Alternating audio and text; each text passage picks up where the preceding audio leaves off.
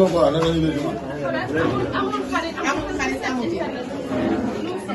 lu lay baare Oustaz nga sant. amiin aw kay kay nuyoo bu fi kenn jooy. bu baax gi noonu.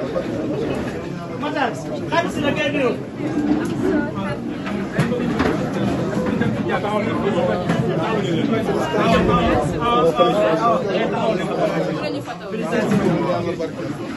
awa nuyu ma xaadim si la.